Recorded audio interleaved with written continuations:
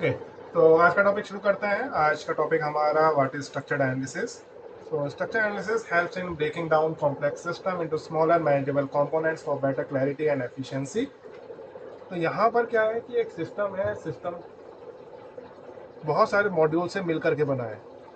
अब उस एक एक मॉड्यूल को हम क्या कह रहे हैं, एक मैनेजेबल कंपोनेंट की तरह ट्रीट कर रहे हैं। क्योंकि अगर कभी कोई प्रॉब्लम आती है, कोई इशू आता है, कोई दिक्कत आती है, तो हम सिर्फ उस मॉड्यूल को ही देखेंगे, उसमें ही रेक्टिफिकेशन करेंगे और उसके थ्रू ही हमारा जो सिस्टम है वो सही से काम करना शुरू कर देगा। तो जो कॉम्प्लेक्सिटी है सिस्टम की, उसको हम रिड्यूस करते हैं कैसे, कि उसका स्ट्रक्चर्ड एनालिसिस करके, और उससे हमारी क्लैरिटी जो है वो काफ़ी ज़्यादा बढ़ जाती है, एफिशिएंसी जो है वो काफ़ी ज़्यादा बेटर हो जाती है। एक और चीज़ इसमें इंपॉर्टेंट होती है, दैट इज़ कॉल्ड डीएफडी और डेटा फ्लो डायग्राम्स। जब भी हम कोई सिस्टम डिज़ाइन करते हैं, सॉफ्टवेयर डिज़ाइन करते हैं, तो वहाँ पर हमारा डेटा का क्या होता है, मूवमेंट होता है। मान लीजिए यूज़र से मैंने एक फॉर्म बनाया, उस फॉर्म को यूज़र फिल कर रहा है, अपना नेम डाल रहा है, फर्स्ट नेम, लास्ट नेम, अपनी एज, कॉन्टैक्ट डिटेल्स, एड्रेस, अपनी क्वालिफिकेशन, सारी चीज़ें वहाँ पर मेंशन कर रहा है। तो ये क्या है, ये सारा डेटा है। अब वो डेटा का क्या होगा, मूवमेंट होगा। कहाँ पर, पहले तो इनिशियली वो जाएगा हमारे डेटाबेस में। देन डेटाबेस में जाने के बाद मान लीजिए मुझे कोई क्वेरी लगानी है, कोई सर्च करनी है, तो उसमें से हो सकता है कि उसका रिकॉर्ड फैच होके आ जाए। तो ये सारा क्या हो रहा है, यहाँ पर डेटा फ्लो हो रहा है। तो डेटा कैसे फ्लो होगा, ये सारा का सारा हम डिफाइन करते हैं डेटा फ्लो डायग्राम्स के थ्रू।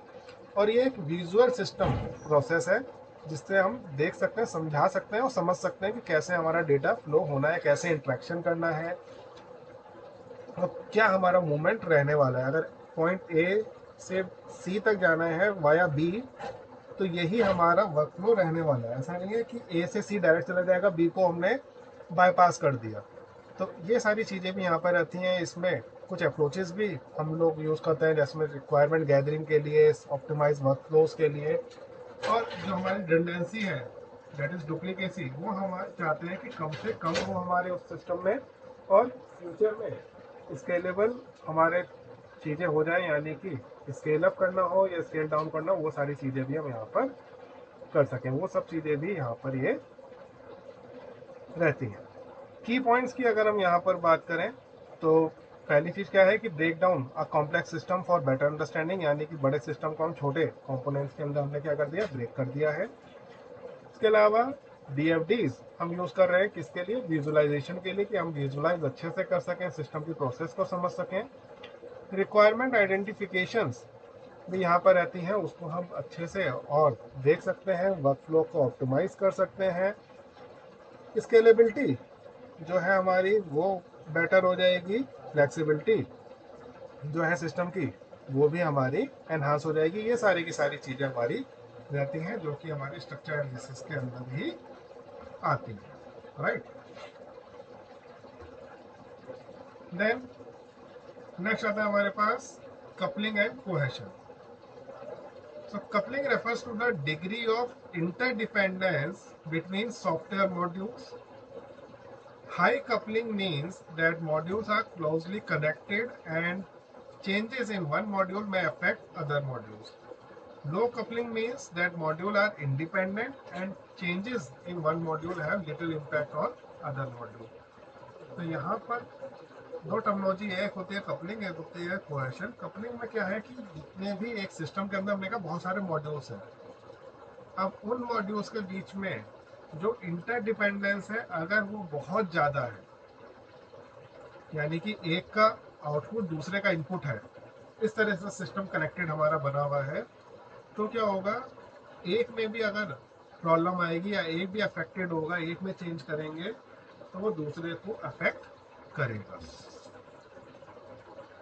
लेकिन अगर ये जो कनेक्टिविटी है, ये क्लोजली कनेक्टेड जो मॉड्यूल है, इंटरडिपेंडेंस जो हम बात कर रहे हैं, अगर ये कम है, तो उससे क्या होगा, उस केस में हम कहेंगे यहाँ पर लो कपलिंग है।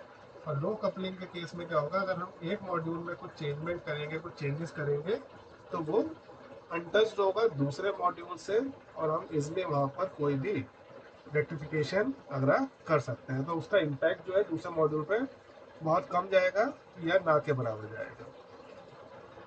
तो इस तरह से होता है कुछ कपलिंग में। अगर बात करें तो मॉड्यूल 1 है, मॉड्यूल 2 और मॉड्यूल 3 और आपस में कनेक्टेड हैं। अगर हाई डिग्री है इनकी कपलिंग की, डेट मीन्स इंटरडिपेंडेंस बहुत ज़्यादा है, और अगर लो है तो इजिली हम इसमें काम कर सकते हैं। देन आता है हमारे पास cohesion. Cohesion refers to the degree to which elements within a module work together to fulfil a single well defined purpose. High cohesion means that elements are closely related and focused on a single purpose, while low cohesion means that elements are loosely related and serve multiple purposes. तो उसी का opposite हो गया cohesion. Cohesion में हम modules की बात नहीं कर रहे, मॉड्यूल्स के अंदर जो एलिमेंट्स हैं उनकी बात कर रहे हैं। उन एलिमेंट्स को हम क्या कर रहे हैं कि जो क्लोजली रिलेटेड जो एलिमेंट्स हैं, अगर सबके सब क्लोजली रिलेटेड होंगे दैट मीन्स हाई कोहेशन होगा, तो एक सिंगल पर्पस हमारा यहाँ पर रहेगा। और अगर लो कोहेशन हमारा होता है दैट मीन्स कि एलिमेंट जो एक मॉड्यूल के अंदर है वो लूजली कनेक्टेड है, तो हम इजिली वहाँ पर मल्टीपर्पज उसको सॉल्व कर सकते हैं या उसका यूटिलाइजेशन कर सकते हैं। तो क्वेश्चन में क्या है, हम एलिमेंट्स की बात कर रहे हैं मॉड्यूल्स के अंदर। ये एक मॉड्यूल हो गया, इस मॉड्यूल के अंदर जो एलिमेंट्स हैं ये आपस में हाई डिग्री का इनका क्वेश्चन है या लो डिग्री का क्वेश्चन है, उसकी हम यहाँ पर बात कर रहे हैं। एडवांटेजेस की अगर बात कर लें यहाँ पर लो कपलिंग की, तो पहली चीज की इम्प्रूव मेंटेनेबिलिटी। मेंटेनेबिलिटी को इम्प्रूव करने के काम आता है, इसलिए हम उसको मेंटेन कर सकते हैं, सिस्टम को मॉडिफिकेशन कर सकते हैं। मॉडुलैरिटी को हम एनहांस कर सकते हैं अगर हम लो कपलिंग पे काम करते हैं।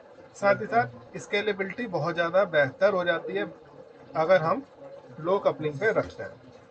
अगर हम हाई कोहेशन के एडवांटेजेस की बात करें तो हाई के क्वेश्चन में हमारा जो इम्प्रूव रीडेबिलिटी एंड अंडरस्टैंडेबिलिटी ये हो जाती है।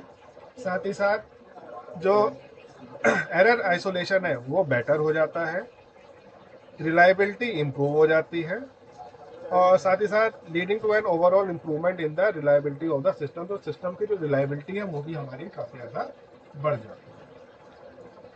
अब डिसएडवांटेजेस की अगर बात करें, अगर हमारा हाई कपलिंग है तो जो कॉम्प्लेक्सिटी है वो बढ़ेगी, जो फ्लेक्सिबिलिटी है वो कम होगी सिस्टम की, और मॉड्युलैरिटी डिक्रीज हो जाएगी। इसी के साथ साथ अगर हम लो कोहेशन के डिसएडवांटेज की बात करें तो क्या होगा, जो कोड का डुप्लीकेशन है वो इंक्रीज कर जाएगा, फंक्शनैलिटी जो है वो रिड्यूस करेगी, और जो अंडरस्टैंडिंग करनी है मॉड्यूल्स की उसमें हमें डिफ़िकल्टी फेस करनी पड़ेगी। तो इस तरह की चीज़ें यहाँ पर रहती है जब हम लो कोहेशन में काम करते हैं, तो उसके डिसएडवांटेज ये रहते हैं। अगला टॉपिक आता है हमारे पास structure chart. So structure chart partition the system into black boxes, that is functionality of the system is known to the user but inner details are unknown. First, inputs are given to the black boxes and appropriate outputs are generated. Second, modules and the top level are called modules at low level, and components are read from top to bottom and left to right. तो एक structure chart क्या है, एक तरह से black box की तरह काम करता है यहाँ पर, कि फंक्शनैलिटी जो है सिस्टम की वो तो यूज़र को पता होती है, लेकिन उसके बारे में इंटरनल डिटेल नहीं पता होता। जैसे कि इस समय हम एक क्लास कंडक्ट कर रहे हैं और ये क्लास मान लेते हैं हम गूगल मीट पे कर रहे हैं, या कोई वेबएक्स पे कर रहे हैं, माइक्रोसॉफ्ट टीम्स पे कर रहे हैं, तो ऐसे तमाम एक सॉफ्टवेयर अवेलेबल है। हम जूम कॉल पे भी आ सकते हैं, तो किसी पर भी हम यहाँ पर ऑनलाइन क्लास कोई कंडक्ट कर सकते हैं।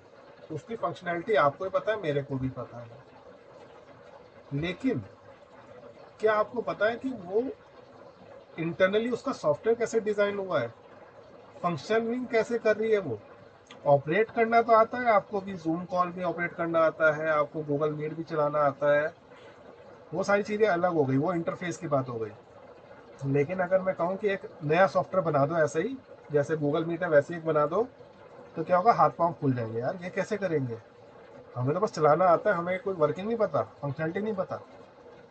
तो इस तरह की यहाँ पर चीज़ें रहती हैं कि हमें इनर डिटेल्स अननोन होती हैं, लेकिन हाँ फंक्शनैलिटी के बारे में जानकारी होती है कि कैसे काम करता है। तो वो सारी चीज़ें हमारे इसके अंदर आती हैं। और मॉड्यूल्स वगैरह को भी हम यहाँ पर कॉल करते हैं, वो सारी चीज़ें भी में रहती हैं। मॉड्यूल्स की जैसे बात करें यहाँ पर, तो मॉड्यूल जो है, एक होता है हमारे पास कंट्रोल मॉड्यूल, जो कि कंट्रोलिंग के लिए काम आता है। और क्या कंट्रोल करता है एक module? Branches to more than one sub modules, यानी कि जो उसके सब मॉड्यूल्स हैं उनको कंट्रोल करता है। सब मॉड्यूल्स वो आता है नेक्स्ट। सब मॉड्यूल क्या है? It is a module which is the part of, that is child of another module. तो एक पेरेंट चाइल्ड वाली रिलेशनशिप यहाँ पर आती है। एक होता है हमारे पे library module. So library module are reusable and invokable from any module, यानी कि ऐसा मॉड्यूल है जिसको हम कहीं से भी इन्वोक कर सकते हैं।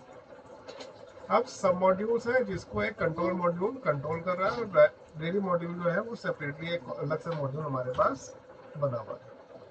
कंडीशनल कॉल्स जब हम देते हैं तो यहाँ पर कंट्रोल मॉड्यूल के थ्रू ये कॉल चलती हैं, सब मॉड्यूल में ये कॉल्स एग्जीक्यूशन के लिए जाती हैं। और मल्टीपल सब मॉड्यूल्स को भी ये कॉल कर सकती हैं, दैट इज कॉल्ड लूप, यानी कि रिपीटेटिव कॉल्स यहाँ पर हो रही हैं मॉड्यूल्स। डेटा फ्लो होता है मॉड्यूल्स के बीच में, यानी मॉड्यूल 1 से मॉड्यूल 2, मॉड्यूल 2 से मॉड्यूल 3 या मॉड्यूल एन तक जा रहा है, तो वो हमारा डेटा फ्लो की कैटेगरी में आएगा। कंट्रोल फ्लो भी हो सकता है, यानी कि एक मॉड्यूल को दूसरा मॉड्यूल कंट्रोल कर रहा है, वो कंट्रोल फ्लो में आएगा। Then physical storage. Physical storage यानी कि जहाँ पर हमारा डेटा एक्चुअली स्टोर हो रहा है, हमारी इंफॉर्मेशन स्टोर हो रही है, वो सारा का सारा फिजिकल स्टोरेज में आएगा। डेटाबेस आपने नाम सुना होगा, जो कि इसके लिए यूज करते हैं। स्ट्रक्चर चार्ट की अगर सिंबल्स की बात करें तो देखिए, जैसे लॉगिन एक स्ट्रक्चर चार्ट है ईमेल सर्वर का। ईमेल सर्वर के ऊपर क्या होंगे? लॉगिन डिटेल डालने होंगे। अगर मैं लॉगिन डिटेल्स डालूंगा तो वो क्या होंगे? वेरीफाई होंगे। अगर सही डाले हैं तो मेरी जो मेल आईडी है वो ओपन हो जाएगी कंपोज इन डेटाबेस। तो मैं वहाँ पर अपना कोई मेल अगर भेजना चाहूँ तो इसलिए उसको कंपोज करके भेज सकता हूँ। और दूसरी चीज़ क्या हो जाएगा? मेरा मेल बॉक्स ओपन हो जाएगा, यानी कि अगर किसी ने मुझे मेल भेजी दी है तो मैं उसको पढ़ भी सकता हूँ। तो व्यू मैसेज का ऑप्शन ही मिल रहा है, और कंपोज मैसेज का ऑप्शन ही मुझे यहाँ पर मिल रहा है। और अगर मैं किसी को मैसेज सेंड करना चाहूँ तो वो भी मेरे पास यहाँ पर ऑप्शन अवेलेबल हो जाता है। इन केस अगर ये लॉगिन डिटेल सही नहीं है तो वो मुझे लॉगिन ही नहीं करने देगा। तो हिरार्की में से आप ये मान के चलिए इतनी चीज़ें बाहर हो जाएंगी, ये चीज़ें एग्जीक्यूशन पे जाएंगी ही नहीं। नेक्स्ट आता है हमारे पास HIPO. HIPO that is for hierarchical input process output. So इसमें क्या है आपका? Structure charts are a tool for planning and documenting system using a hierarchy chart to represent the control structure, and IPO charts to detail input processes and output of each module. तो hippo charts क्या होगा? Hippo stand for hierarchical input process output, और एक method है represent करने के लिए system modules को एक हिरारिकल मैनर में। डॉक्यूमेंटेशन की अगर बात करें तो वो इसके थ्रू हम कर सकते हैं। ईच मॉड्यूल जो होता है उसमें फंक्शनिंग होती है। साथ ही साथ हिपो चार्ट जो है वो भी हमारा कॉम्बिनेशन होता है, जिसमें हमारे टू डायग्राम से एक हिरारिकी चार्ट और दूसरा सेट ऑफ आईपीओ चार्ट इसमें रहते हैं। हिरारिकी चार्ट की अगर बात करें तो विजुअली रिप्रेजेंट करता है ये हमारा प्रोग्राम्स को, कंट्रोल स्ट्रक्चर्स को, और रिलेशनशिप बताता है कि डिफरेंट मॉड्यूल्स के बीच में कैसी रिलेशनशिप हमारी यहाँ पर एग्जिस्ट कर रही है। और हम ब्रेक डाउन कर सकते हैं इसमें system into levels from top level function to the sub function, यानी कि जो टॉप लेवल फंक्शन है और सब फंक्शन है उसमें हम उसमें हिरारिकी को ब्रेक डाउन भी कर सकते हैं। जैसे कि ऑनलाइन कोर्स अगर कोई करना चाहता है तो उसके अंदर ऑथेंटिकेशन का पार्ट आ सकता है, कोर्स आईडी होगी, एनरोलमेंट होगा कैंडिडेट का, और अगर कोई कोर्स ऐड करना है तो उसका प्रोविजन भी वहाँ पर होगा। इसकी एक्सेसिबिलिटी हमें देनी होगी ऑथेंटिकेशन के बाद, तभी कोई एक्सेस कर पाएगा।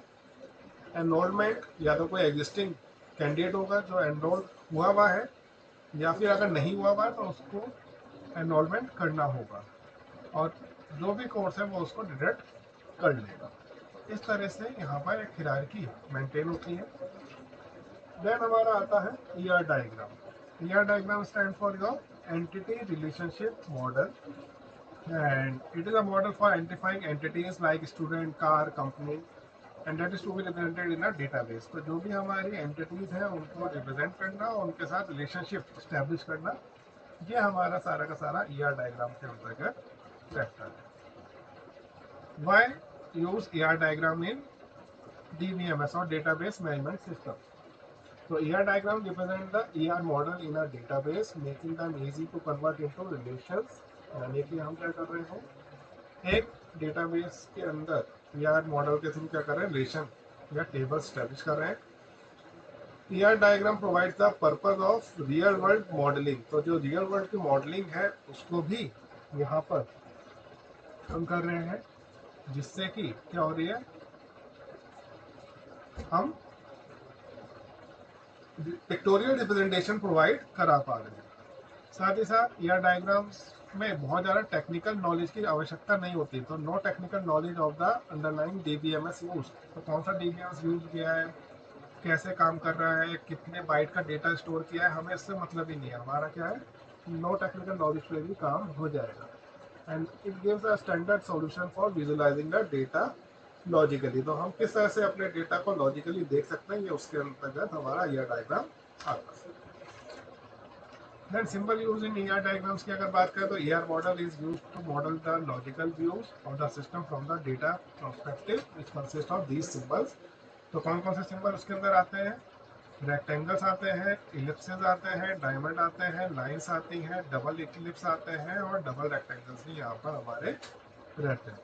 रेक्टेंगल रिप्रेजेंट करते हैं एंटिटीज को, इलिप्स रिप्रेजेंट करते हैं एट्रीब्यूट्स को, डायमंड रिप्रेजेंट करते हैं रिलेशनशिप को, लाइंस हमें रिप्रेजेंट करती हैं फ्लो को, बेसिकली किस तरह से हमारे जो एंटिटीज़ हैं किस तरह से उसमें डेटा फ्लो हो रहा है, वीक एंटिटी से स्ट्रॉन्ग एंटिटी में, वो सारी चीज़ें भी रहती हैं। साथ ही साथ एट्रीब्यूट्स किस तरह से कनेक्टेड है वो बताता है।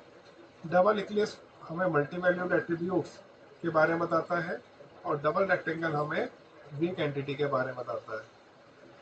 मल्टी वैल्यूड एट्रीब्यूट्स कुछ ऐसे समझिए, जैसे अगर कोई पर मैं अपनी डेट ऑफ बर्थ डालूँ तो आप मेरी एज निकाल सकते हो कि सर आप इतनी एज के हो। या अगर वीक एंटिटी की बात कर रहे हैं तो यहाँ पर हमारे जैसे कोई एम्प्लॉय है तो एम्प्लॉय टेबल के अंदर उसके डिपेंडेंट जो है वो वीक एंटिटी की कैटेगरी में आते हैं। तो ये हमारे सिंबल्स हो गए, rectangle, ellipse, diamond, line, double Eclipse and double rectangle, जिनको हम यूज करते हैं ईआर डायग्राम में। और ईआर डायग्राम अगर कंपनी की बात करें तो देखिए इस तरह से, एम्प्लॉय की अगर बात करें तो एम्प्लॉय एंटिटी हो गया, एट्रीब्यूट में gender, ID, name, address, date of birth, date of joining. Employee works on a particular department, so works in a department having department name, number, name, location, and it may be a manager that is managing a particular department, so role will become change। तो role यहाँ पर change हो जाएगा। Also employ में work on a project, तो employ किसी project पे काम कर रहा होगा या किसी डिपार्टमेंट के पास कोई प्रोजेक्ट होगा जिस पे कोई एम्प्लॉय काम कर रहा है, उसमें प्रोजेक्ट का नंबर, प्रोजेक्ट का नेम और प्रोजेक्ट की लोकेशन भी यहाँ पर आएगी। और इस एम्प्लॉय के कुछ डिपेंडेंट्स भी होंगे, उसकी फैमिली, उसके बच्चे, तो वो सारे के सारे डिपेंडेंट्स ऑफ कैटेगरी रिलेशनशिप पे आएंगे और डिपेंडेंट नेम, जेंडर, रिलेशनशिप, ये सारी चीज़ें यहाँ पर रहेगी। तो इस तरह से ईआर डायग्राम हमारा रहता है। तो आज के लिए हम इतना ही रखेंगे। आपके कोई भी क्वेरी या डाउट है आप पूछ सकते हैं।